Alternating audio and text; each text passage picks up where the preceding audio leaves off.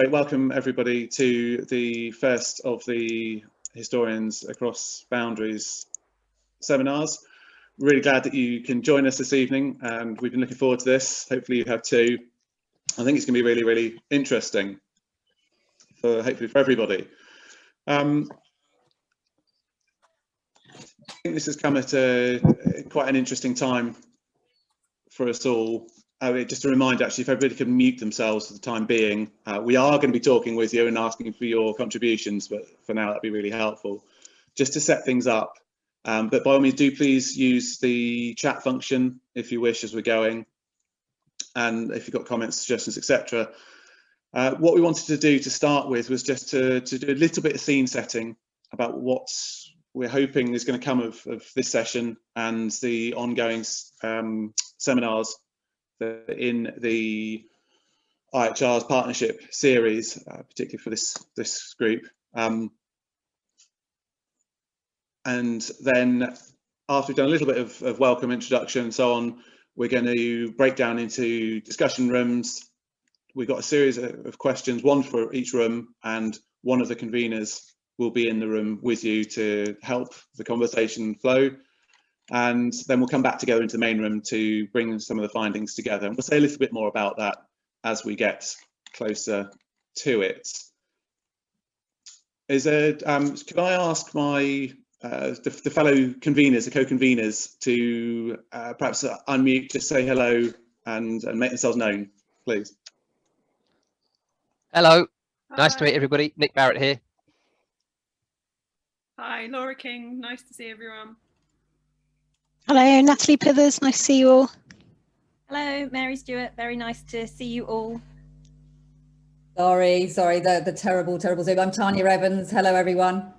And I'm Julia Late. Hello, everybody. And a special thanks to Tanya because it's very early in the morning in Australia and she's still with us. So thank you. Great, thanks everybody. We've designed this in a collaborative way between us as conveners and some of the other conveners who couldn't be here this evening, unfortunately. And we're hoping that that's going to be something that's reflected in what we're doing. So we're thinking of this kind of really as a conversation amongst all of us here, as far as we can manage that on Zoom. So we wanted to do that because I think to give us some idea of the background to where this has come from and what we're hoping that it might do for us all might be useful. So, and again, by all means, obviously the other conveners, do please jump in if you have things to add to this.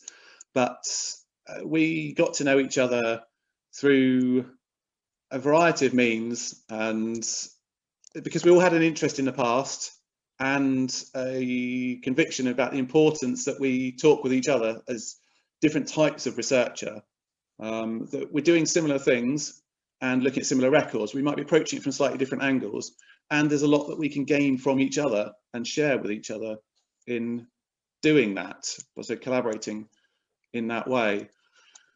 The problem we found in those conversations that we were having with across ourselves and others, that very often people were siloed. So I'm an academic historian, so academic historians perhaps not talking with family historians, for example, in the kind of classic example that I've seen, unfortunately. So, and again, we saw this across a number of approaches to the past, and we thought, well, that's a problem, and that's something that other people, unfortunately, in our experience, have encountered as well. And there's got to be a way of doing something better to make it more possible for people to collaborate with each other, to find out what each other are doing, so that we can all benefit.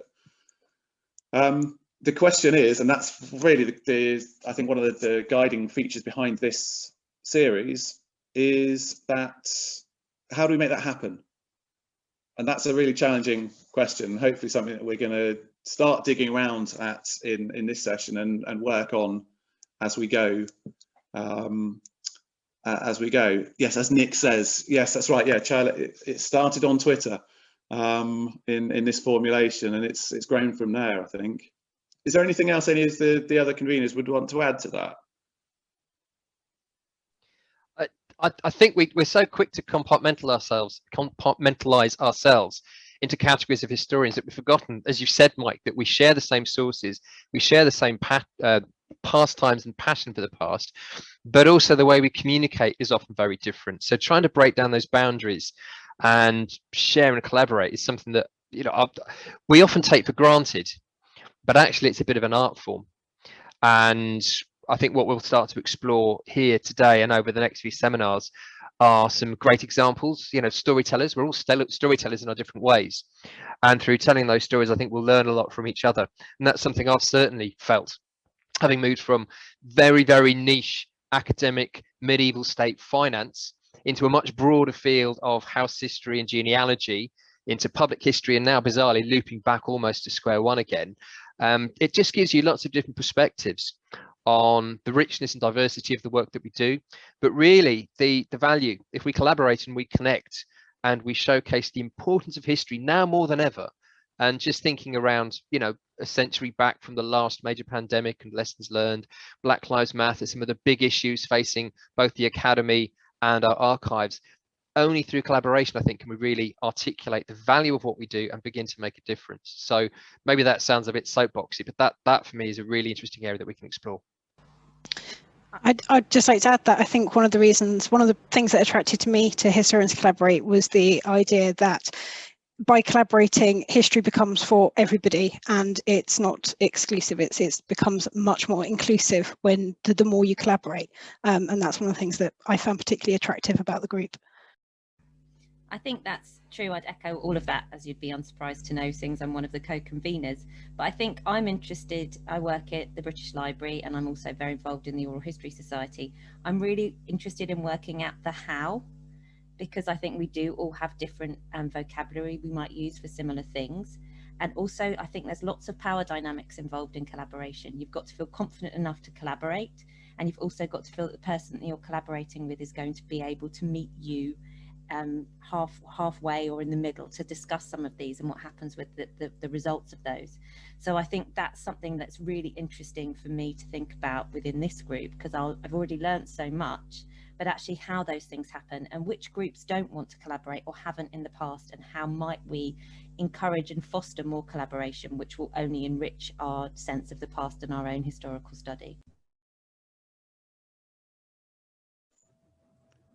I think also what's exciting to me as I sit here in the early morning in Australia and talk to you at kind of vastly different time zones around the world is this kind of global enterprise as well. And the way we can share our passion for the past in this way, and I guess reap the opportunities of this terrible COVID moment, but actually see some of the silver linings it's produced, which is great for me and others, I hope.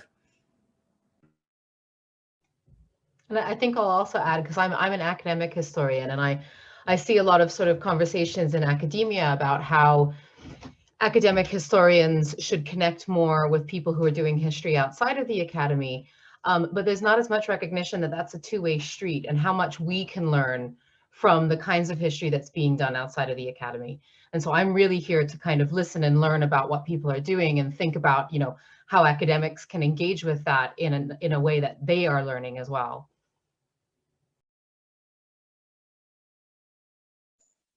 Great stuff. Thanks, everyone. Laura, I'm going to assume you're good with everything that's been said so far.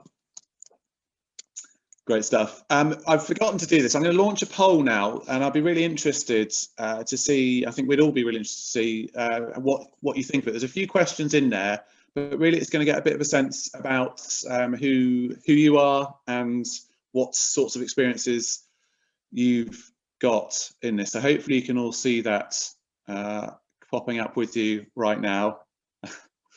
Thanks, Laura. And I should say I just spotted one of the comments there. Audrey mentioned, obviously some people working across different historical disciplines for many years, and it'd be good to have a more formal way of doing it in the future.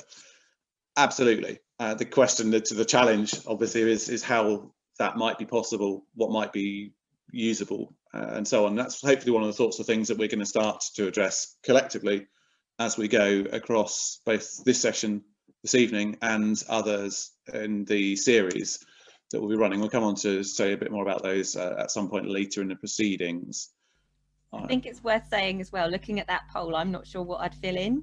so we know we're being a bit mean, but it's Yes. quite helpful to see a kind of an idea of this, because I think I tick probably 4 boxes there. So we realised that lots of people wear lots of hats, but it's quite helpful to start off with something. Absolutely. I did, when I was putting the poll together, I did have that quandary about, do I leave it multiple choice, do I do it single option? And I thought, well, single option, and we're going to force your hand on this one. I feel like you ought to answer local historian because no one has so far. This is a bit worrying. Oh, there we go. Thank you. For those answering other, if you're comfortable, you might want to just pop why you know what you would describe yourselves as in the box, just so we can improve our categories. Absolutely. So we'll leave that to run for a little while longer. Actually, we're doing pretty good at it. 2/3 of people have finished. That's great. So, oh, right, interesting. Right, okay, we've got some sort of problem in the poll, it looks like, but should still be possible. I've left it open for now. In terms of the rest of the business, in terms of setup for this evening, I'm aware that I want to get people into the breakout room soon so we can hear more from you. At the same time, Natalie, do you want to, there's the question that you were going to bring into things? Yep, sure. Do you want me to pop it in the chat? Yeah, please. Is that easier? So, okay. So in case you're all on tenterhooks now, the question was about what kind of benefits that you're looking to get out of tonight. So I'll just pop it in the chat. If you're able to respond in the chat, that'd be really helpful as well. It's something that we'll be able to draw upon and think about as we go, and be useful in the discussion when we come to that segment of things. We should, before we go into the breakout rooms, it's worth mentioning that I think, did we put the link in the chat to the Historians Collaborate website? I think it's about to appear in the chat. So websites that Natalie has been putting together with Julia, with Julia's support on it. And again, just to give us a bit more background on the wider idea and aims of trying to get together and what we might be able to do as well. So that's useful.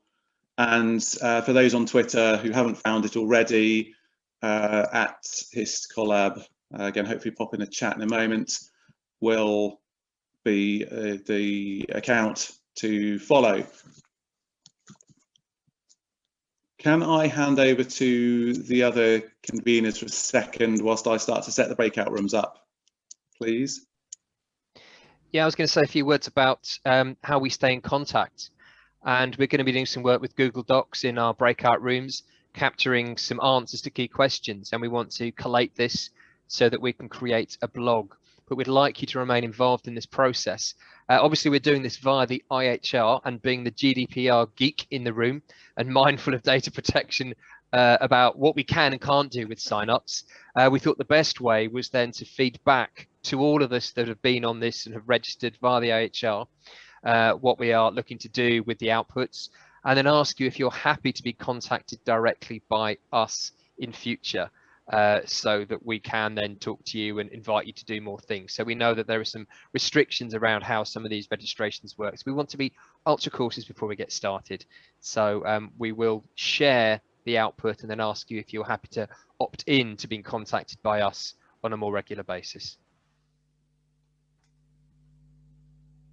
I have to say, I think the chat is fascinating, because I think actually, I wonder if there's anyone who just would actually identify as one of those categories.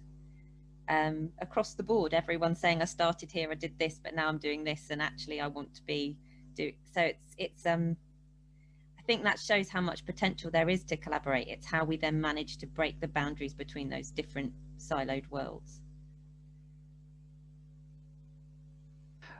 And I think as we'll get into the breakout rooms, I mentioned storytelling and stories, but one thing we're really keen to do with the website is to bring some of these fantastic crossover initiatives, projects, programs, research funded activities together, so that we can both inspire but also share some of the lessons from collaboration, what works, sometimes what doesn't work, so we don't make those mistakes ourselves, but also for me, how we cross connect our networks so that we can really starts to make a difference. You know, like, as I said earlier, that might sound a bit altruistic, but my goodness, I think we need that sort of community approach to how we engage with each other and our different constituencies more than ever.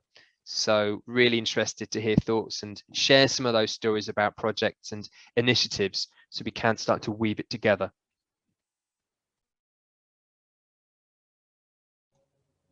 I think I'll come in here and just while Mike's sorting out the breakout rooms and plug a seminar series or a workshop series that I'm in the process of organizing, almost finalized, called the Family History Workshops, which has got a very similar spirit to what we're doing here this evening and through the Historians Across Boundaries seminar series, but specifically looking at family historians and academic historians and how we might better collaborate and work together and the challenges that we kind of collectively face. And so if you're interested in hearing more about the family history workshops, I'm going to put my administrator for the Raphael Samuel History Center, which is a center that I help to run at Birkbeck.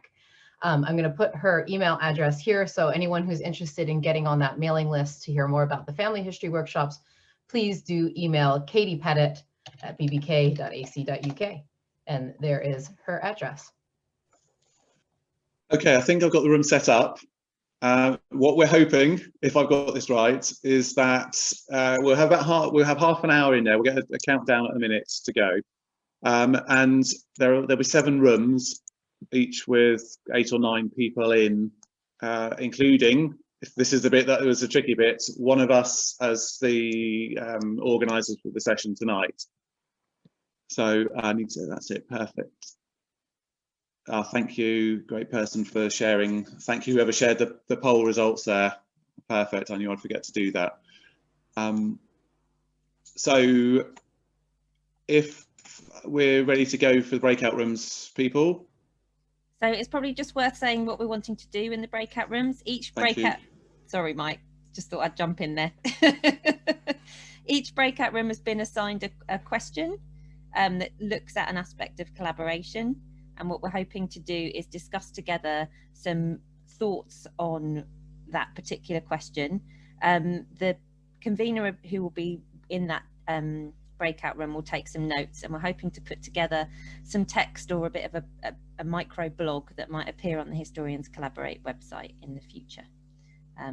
Looking at everyone saying, yes, that's what we agreed. They're both supposed to be inclusive. We want everyone to chat, or if you don't feel like chatting and sharing your picture, actually most people have here, you can use the chat box function on the breakout rooms as well. So we'll make sure that everyone has space and time to speak. Just to say, I think we may have lost our poll results. I don't think anybody did see them. Because everybody in the chat is saying they didn't see the poll results. I can give a vague breakdown. 24%. Yeah, I think it's my fault. I completely apologize. I clicked on the wrong bit and I think it's all my fault. I'm so sorry. It's all your fault, Tanya. You have the excuse of it being very early in the morning, so that's fine. No, I think just to briefly run it down, 24% academic, 24% family historian. I think it was about 12 or 15% of people identifying as oral historians or local historians. Another 19, this is going to add up to like 120, I think, by the time I'm done. About 10 or 11% saying other, and a good few enthusiasts, about 7% enthusiasts, but of course it's also 120% enthusiasts. And that's where my memory fades. But I think it gives you a good kind of snapshot. And one of the things I was kind of concerned about was that we'd end up with really heavy on academics, and I'm really happy to see that only about a quarter of us are choosing academic as our primary kind of affiliation. So it's really wonderful to see so many different kinds of historians. And yeah, sorry if anyone else remembers any of those numbers that they saw, by all means put them in the chat, but that's a brief sketch. Lovely, thanks, Julia. Well, there we go, these things happen. Thanks for trying, everyone. Anyway, right, I'll open the rooms and we'll get to it and we'll hear a bit more from you all. Thanks ever so much so far, everyone, and hopefully off we go. Great. Can I also say how lovely it is? I taught a postgraduate seminar today where there were no faces at all apart from my co-speaker, so it's so lovely to see all your faces. Thank you.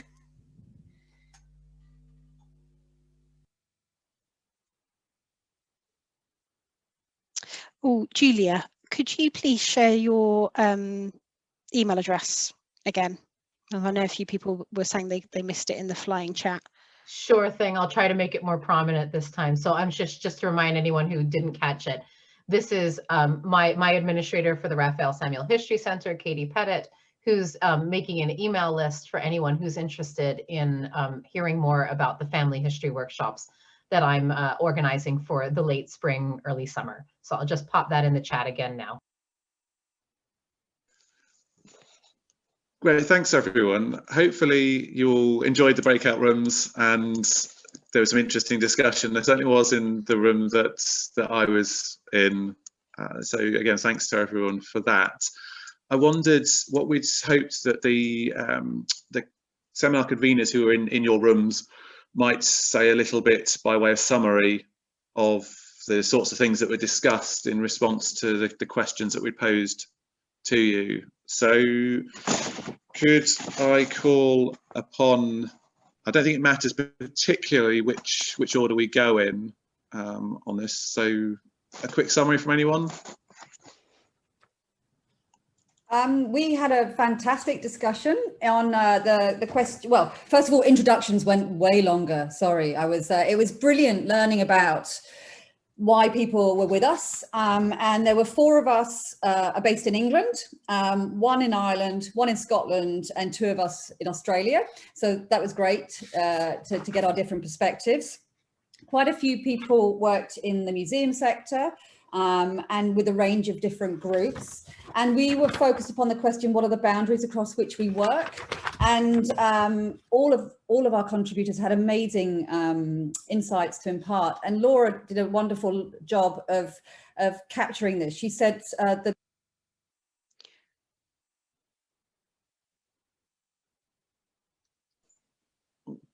oh, I've been muted. Was I blethering? I think that was accidentally me. I meant to mute myself. Sorry, I must have been very boring, Natalie. I apologise. Sorry. Shall I carry on? Sorry. So Laura captured a lot of what we were talking about, and Laura is in the process of managing she's working on a Wellcome funded project, and she's managing about 50 volunteers on a project gathering a collective biography of pensioners from the post office. And she said some of the boundaries that she's working with are digital, effective, national, generational, and the way in which lots of us work with different methodologies. And another of our participants, Esther, talked about how we use different languages to talk about the historical research and work that we produce. And this is a real boundary. And we've got to figure out a way of sharing those vocabularies better. We had a participant, Fergus, who works in the private sector, and he has talked about institutional boundaries where he feels like he's blocked out of projects or his work isn't respected in the same way as other researchers. And for Ali, who is a family historian based in although everybody came with different hats, of course, going back to the poll that I ruined, you know, everybody comes with different hats. And she said she would describe herself predominantly as a family historian, and she finds it's the hierarchies between different types of researchers that's been a real issue for her. Catherine talked about the lack of resources that all of us have to work with, and we'll all agree with that. And time, the investment of time in projects is a barrier for all of us. But we're all looking forward to learning from each other about projects that we're all doing, projects that we might contribute to, and how we might value all sorts of expertise in that process. That's a big sum up. Great stuff. Well, you did have a really productive conversation in there. That's excellent. Thanks, Tanya. I might just take this, it might make sense if we take it in the order that we ran across them. So in room 2, Natalie, I hope you were in there.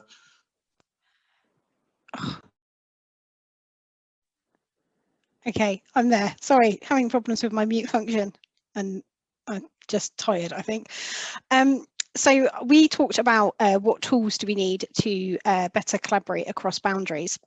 We talked a lot about how this seminar and things like this can actually be a tool to collaborate, so we can talk, meet people and get a better awareness of what other people are doing. But we also talked a lot about how we could how we kind of need tools to better catalogue information and make that information more accessible to a wider group of people. So we talked a lot about known unknowns, which are okay, but the bigger problem being unknown unknowns, and how we can how we need tools to better disseminate that information. So using genealogy as an example, there's an amazing amount of work that gets done by small groups and family history societies, but you know, who knows every single thing that they do? You know, it's a visibility issue. We also talked about examples of what local history libraries have done with uncatalogued materials and making those available, and using volunteers who want access to those materials to then help with that cataloguing process, and how that in itself could be a tool. So I think I caught most things. Please, anyone in my room, if I missed anything vital, please do shout. Great stuff. Thank you, Natalie. Nick, you're room 3.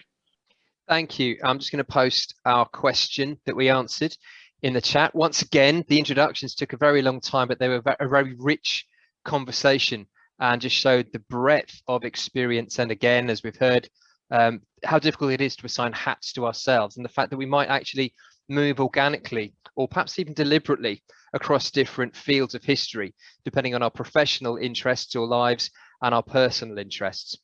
We looked at how collaborations start and develop, and I thought it was really interesting, whether this was design or random Zoom accident, that we had 2 people funded on PhD collaborative doctoral awards in the room, who had come from professional backgrounds but were getting academic funding to explore that in different ways.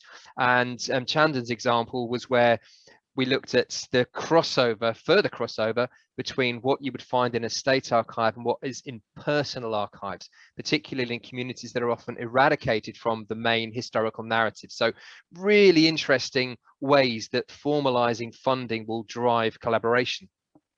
But equally, we had accidental collaborations, and the fact that the internet has allowed people to join conversations or existing projects, and how you get a different range of skills organically coming together, and how those gaps are now possibly easier to plug, but also the fact that there is so much stuff out there, you might lose the wood for the trees. And so knowing how and where to connect is still a problem when we want to start and develop collaborations. One thing that started to emerge was public infrastructure, and another example around the Hive in Worcester, a great example of where you have a public library service with an academic archive at the heart of it, allowing a range of projects to start up that again cross over, and how they can then reach out to local communities to foster collaboration. So I think we explored 3 different models in the group, and the reflections were that the reaching out again has different ways of capitalizing on the new technology, as well as some traditional networks as well. So hopefully I didn't miss anything. We did have one technical glitch. Poor Victoria posted her comments in the chat because she remained muted throughout. The technology did not work. So hopefully as we get into the plenary, we can invite Victoria to say a few words. Thanks, Nick. Sorry about that, Victoria. Right, Julia, you had group room 4, I think. I did indeed, and we, like everybody else, had a really rich discussion. I'm just going to post the questions that we were talking about as well for people to consult. And one wonderful thing, you know, as we went around the room introducing ourselves, not a single one of us had a kind of, we all represented different facets of kind of historical scholarship in all of its forms, which was really cool. And I'm a very bad note taker when I'm chairing at the same time, so please bear with me. But one thing we noticed was that there was a few categories of people in the room that weren't in the poll that I think is worth mentioning. So creative historians, so people who work in creative fields like literature, playwriting, film, you name it. Creative is a big word and it fits a lot of things. So just kind of shouting out for that. Activist historians, which is something that I actually am involved in a little bit too. And finally, entrepreneurial historians. So people who have businesses based in some kind of historical kind of thing. So I think it's worth thinking about those categories that weren't really, they were all kind of other, they would be other in the poll, but I think definitely worth flagging them up because I'm sure there's others in the room who would associate in those categories as well. And so we talked about what ingredients are needed for an individual or group to feel comfortable in collaborating. And some of the things we chatted about, were kind of just really making sure that people feel welcome and people feel like they're not the only odd one out in the room. And I think this goes back to how happy I was when I saw the poll and how many different kind of backgrounds people had. There was we talked quite a bit about diversity in terms of racialization and how there's so many white faces and so few non-white faces in this Zoom call, but also in the wider sense in history and its allied industries. And we know this already. You know, the convening panel has talked at length about this. And really keen to address those issues. And I think it's probably worth sort of saying, put an open call for anybody who knows groups who are working, BAME groups or people of color who are working in history outside of academia, especially, who might be interested in joining Historians Collaborate, getting extra support, networking, those sorts of things. I think we'd be really keen for tips on how to reach those communities. Because we realize that we're obviously not reaching them right now. So that was one thing we talked about. We talked about age and how there's not a lot of younger faces, and thinking about you know, how we make sure that people of all ages are also kind of made to feel welcome and included. So we also talked about English language and how, you know, how we might collaborate across boundaries of language. Which is something that's often the elephant in the room, actually, when we talk about collaboration and especially global collaborations. And then we talked about the fact that kind of popular culture can be a really important route in, and the kind of potential snobbiness that can exist around popular culture being a route in for people, and how that's something that really needs we need to get over. And really celebrate the fact that kind of popular history can be a real route in for people. Another person mentioned how important it is to have different sizes of roles, so that there's room for like a small role for a volunteer or a collaborator, as well as larger ones, so that people who can't commit fully or don't have a lot of hours in their week can still feel part of projects. Somebody also talked about getting over the idea of expertise. And I think that goes back to being made to feel welcome and creating an inclusive space. The idea that, well, I don't have an expertise in this, so I shouldn't be talking about it. And just really creating a space where that idea is out the window, where it's not about who's an expert. It's just about, you know, what people want to find out and how they can work together to kind of form new knowledge networks, rather than just, I am the talking head and I'm an expert in this. I think I haven't said that as eloquently as the person who said it did, but anyway, hopefully you get it. We talked a little bit about hybrid events and how it's really lovely to meet up in person and create friendly, physical, welcoming spaces with lots of tea and opportunities for chatting, not just kind of formal papers, but also how important it's going to be in the post-pandemic era to maintain these online forums as well, because they enable so many more people to participate and to share knowledge, you know, because not everybody can make it to London. You know, people live very remotely, people have mobility issues and access issues that Zoom and like online stuff really helps overcome. So kind of striking a balance in the post-pandemic world between tea and cake and also Zoom, I think is really important. I think that just about summarizes it. Sorry, I went on quite a while. Do pop it in the chat if I've forgotten something important, though. Julia, Wow. there was just a question in the chat about whether you discussed social class, so I don't really want to pick that up in the chat. We didn't actually, but only because we kind of ran out of time. I think everybody in the chat would have very much had something to say about that, and sort of saying about how that's another kind of category that we really need to think about when we talk about being inclusive. And yeah, the bar, and I think that also goes back to having online forums, having really informal conferences that don't have huge fees, and all of that kind of stuff. But we didn't actually talk about it, but it's a really, really important point. Great stuff, thanks. And thanks, Natalie, for bringing that question in from Victoria. Mary, you had group, room 5. I did. I've just put the question that we were asking about in the chat. So sorry, we couldn't avoid COVID entirely. And Julia's nicely segged into this with the last points of her group. Again, we had a really interesting group with representations from across England, California and Ireland, which was great. And really interesting introductions, hearing about people researching vastly different time periods, but also how within their own research they may also be interested in very different time periods and subject matters as well. So our hats about what we were doing was certainly reaching the ceiling, I think, as the introductions carried on.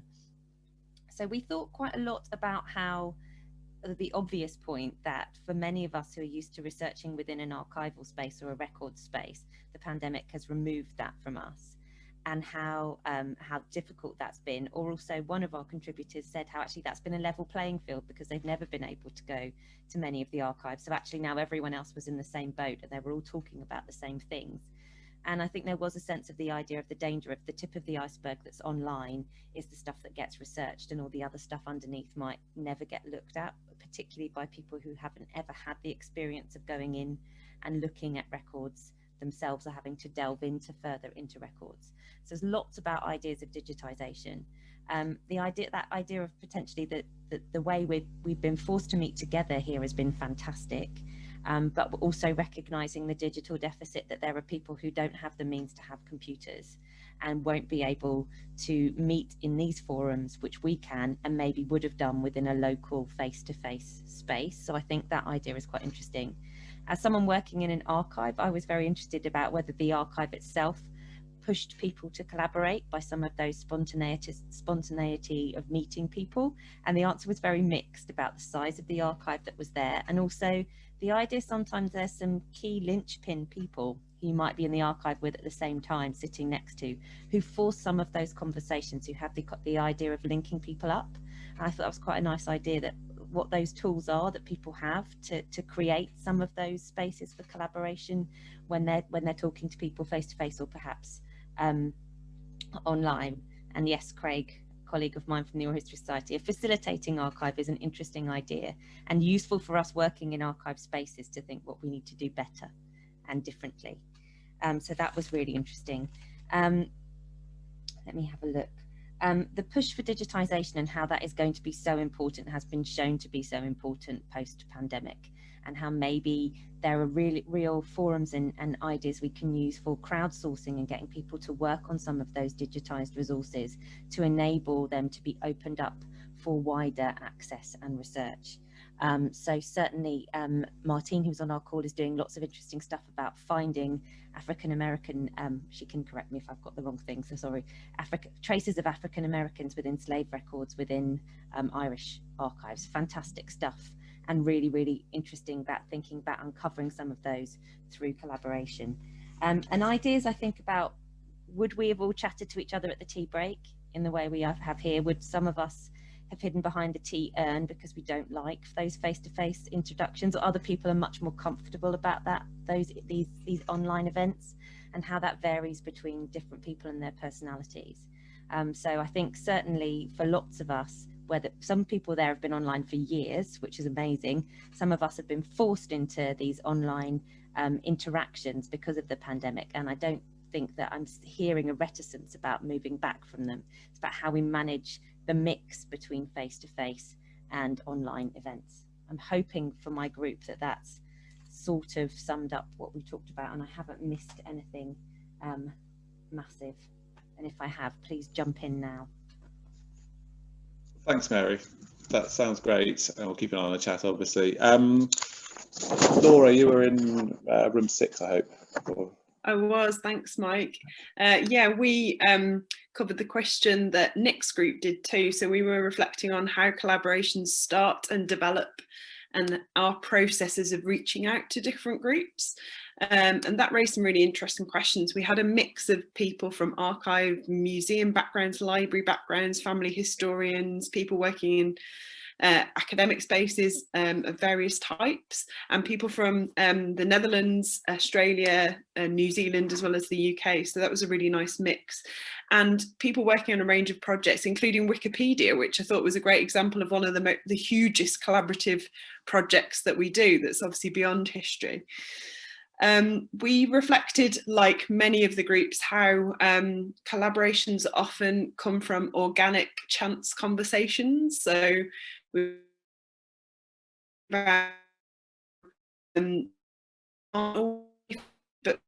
those spaces can be created, and I think that taps into some of what Mary was just talking about as archives as sort of facilitating places as well as spaces like this.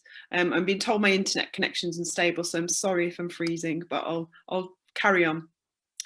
We talked about how funding often actually drives the collaboration, often certainly for academics who are caught up in a I don't know quite what the word is, but a difficult kind of whirlwind of funding applications and having to deal with that world, although having obviously access to those resources as well is a benefit. And we talked about a couple of other opportunities around how particular kind of cultural moments or you know, topical issues can inspire collaboration or get people working together. So a couple of members of our group had engaged with projects around Anne Walker and Anne Lister in the UK, which had been sort of inspired by or got more notice because of the recent TV series Gentleman Jack about Anne Lister and Anne Walker.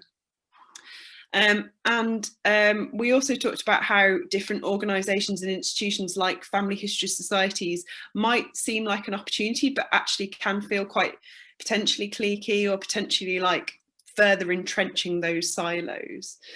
So there were some interesting opportunities and interesting barriers there as well. I think one thing that one really important thing we touched on was the disparity of partnerships, especially academic and non-academic historians coming together, how it's very difficult to share out resources from the university. There are institutional barriers to that. Often we have to fight our own universities to use the money in the way that we would like to. And often that means non-academic historians are coming to it as volunteers, and therefore there's always an inequality in that partnership. We didn't have any neat solutions to that, but that was a key issue that we were thinking about. And I think one kind of part of that was making sure that everyone's involved in the research process and research design, not just kind of people being recruited as volunteers to do the dog's body work for an academic project. So we kind of moved from thinking about starting out collaborations and partnerships to some of the issues that those partnerships face as they get going.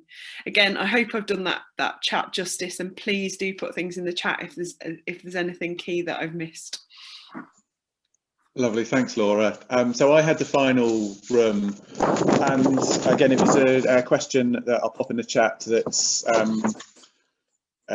whose room took it. So one of the other rooms had it. So about how individuals might feel comfortable collaborating in particular. So I'm not going to go into masses of detail because we spent quite a long time on introductions, which is really important to do to see where we're all coming from.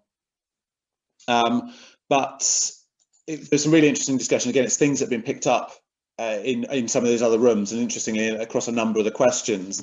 So this one about access to academic resources and the potential inequalities there came up, albeit in passing. But it is a really important one. It's something that we're acutely aware of and have been discussing as conveners behind the scenes. But there's some really interesting discussions there around, again, making people feel at home. And I thought that was a really kind of wonderful way of putting it, which we spent a little bit of time digging down into. But yeah, pulled out things about respect and about trust and about the spending time to develop the relationships and to then not just carry on until the particular piece of work is finished. Again, thinking very much in an academic context on that one. When the funding runs out, that's it, it's finished.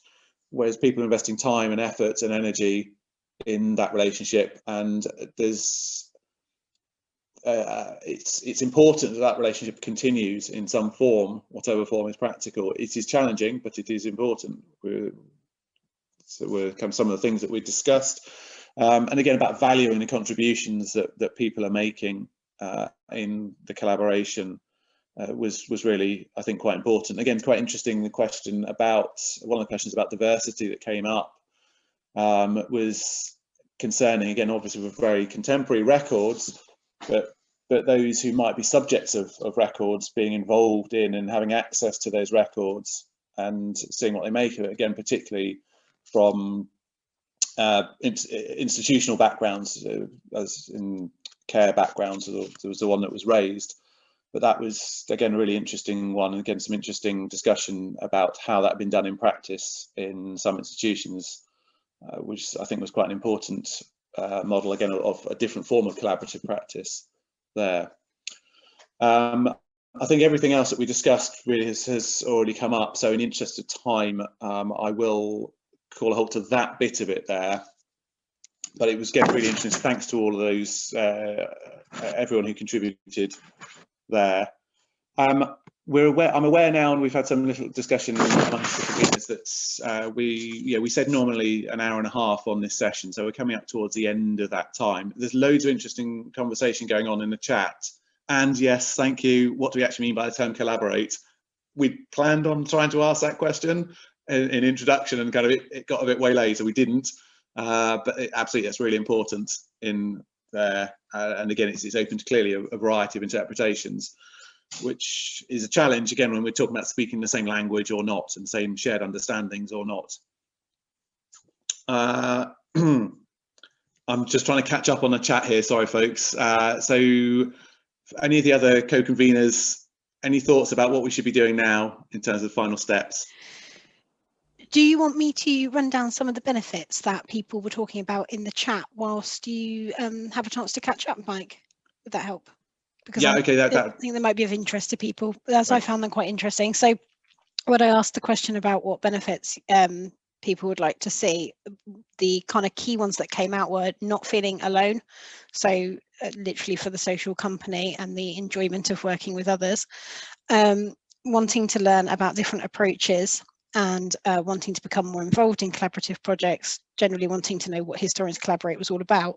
But the one benefit that I saw repeated more than any other actually was about networking.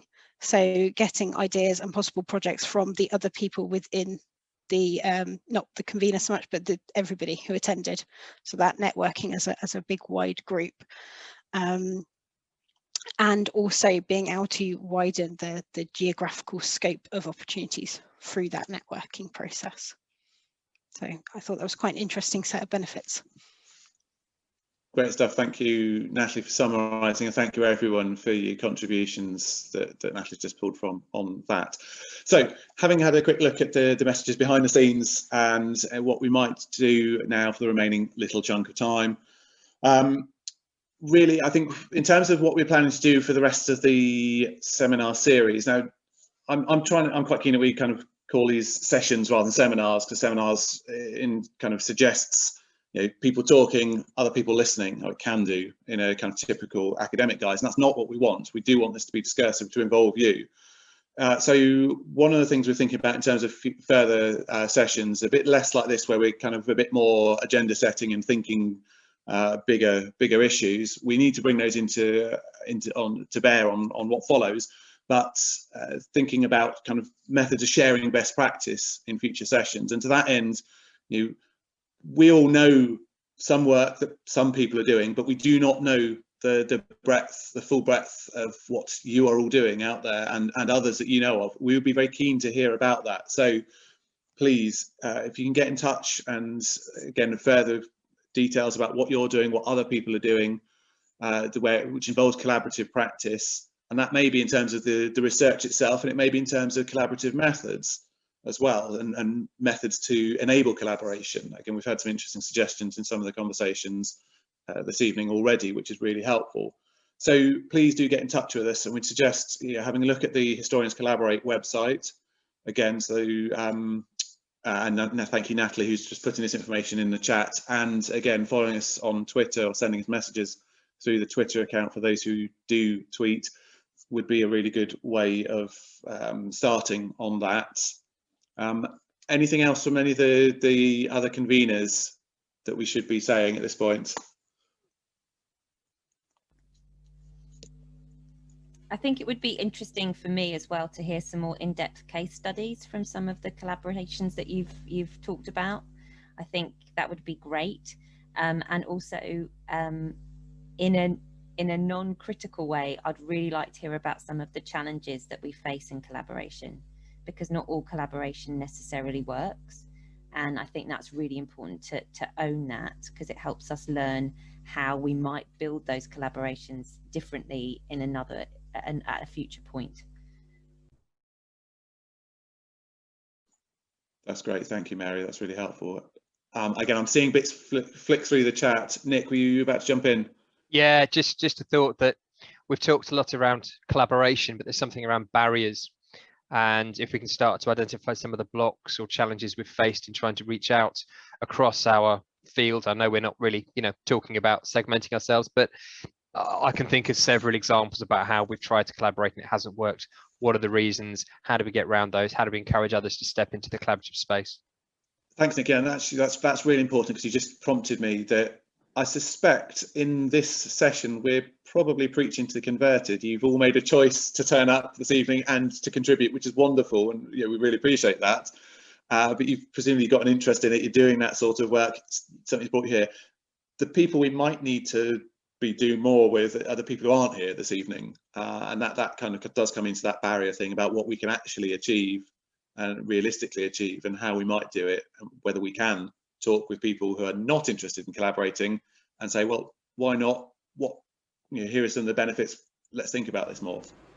We might end up being a bit of a campaigning tool, I think. If we're armed with good ideas about how collaboration works, maybe we can identify some of the barriers that Nick's talked about, and reach out using this forum and maybe the Historians Collaborate website and Twitter feed to push this out and maybe convince some of those other people who might be skeptical, or just maybe hadn't thought about collaboration in its widest form. Maybe it's not that they don't want to, it's not really ever seemed relevant. Yeah, great. Thanks, Mary. That's a really nice way of putting it. I know, so we're nearly at the end of the time that we'd allotted. I'm perfectly happy to stay put for a little while longer if other people are, but I don't want to hold anybody here who has other commitments for either early in the day for those on the other side of the world, later in the day for those in the UK and continental Europe.